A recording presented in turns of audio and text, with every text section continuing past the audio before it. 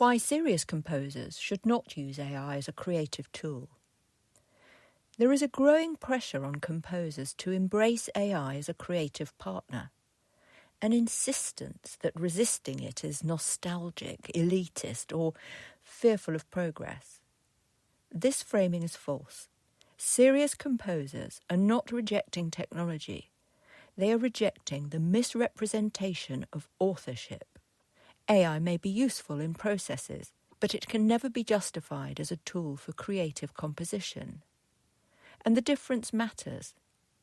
Creation is not assembly. Composition is not the act of assembling pleasing patterns. It is the act of choosing under constraint, risk, memory, failure, and intention. Every meaningful composition is the result of lived experience, aesthetic judgement, physical interaction with sound, cultural placement, emotional consequence. AI possesses none of these. It does not intend, it does not hesitate, it does not risk being wrong. It predicts. AI is fundamentally unoriginal. AI systems do not create new musical language. They interpolate existing ones. All generative music models are trained on existing human-made work, statistically analysing pitch relationships, rhythm tendencies, harmonic probabilities, stylistic signatures. What emerges is not originality, but averaged familiarity. This is not an insult. It is a technical fact. AI cannot reject precedent, break a system it does not understand, develop a personal syntax, respond to silence as meaning, create tension through restraint, invent form through failure. Every new result is a recombination of what already exists. Groundbreaking art, by contrast, often fails before it works. AI never fails, it only optimizes. Emotion cannot be simulated into existence. Music does not contain emotion. Emotion emerges through human perception of intentional gesture. When a composer distorts time, fractures form, or denies resolution, the listener senses a human struggle behind the sound. AI has no inner life to encode, no body to resist, no fear of exposure, no personal stake. An AI-generated lament is not sad. It merely resembles music that once accompanied sadness. This distinction is not philosophical. It is perceptual. Listeners intuitively detect when music lacks human risk. Tools are not the same as authors. There is an important and often deliberately blurred distinction here. AI-like systems have been used in music for decades in non-creative roles, including pitch correction and tuning analysis, tempo detection and alignment, audio restoration and noise reduction, orchestration mock-ups, score layout and notation optimization, spectral analysis and timbral visualization, recommendation systems, adaptive mixing and mastering assistance.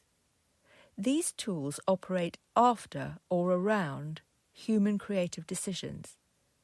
They do not decide what should exist, why it should exist, or whether it should exist at all.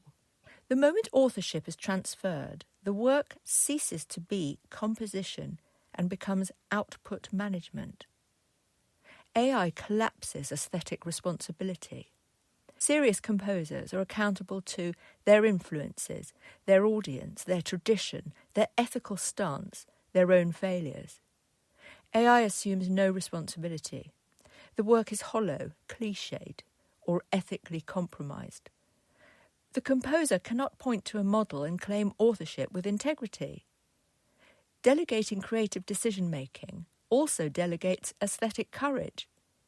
Groundbreaking music has always required the willingness to sound wrong, offend taste, fail publicly, work in isolation, resist efficiency.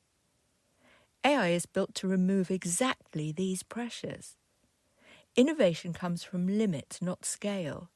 Human composers work within constraints: physical ability, time, memory, training, culture, personal obsession. These limits shape voice. AI has no limits, only scale. Scale does not produce insight, it produces saturation. The result is a vast increase in musical noise, not musical meaning. The cost is cultural, not technical. When AI-generated music is normalised as composition, several things happen. Originality becomes stylistic mimicry. Voice becomes optional. Authorship becomes obscured. Excellence becomes statistical. Risk becomes inefficient. This does not democratise music, it devalues it.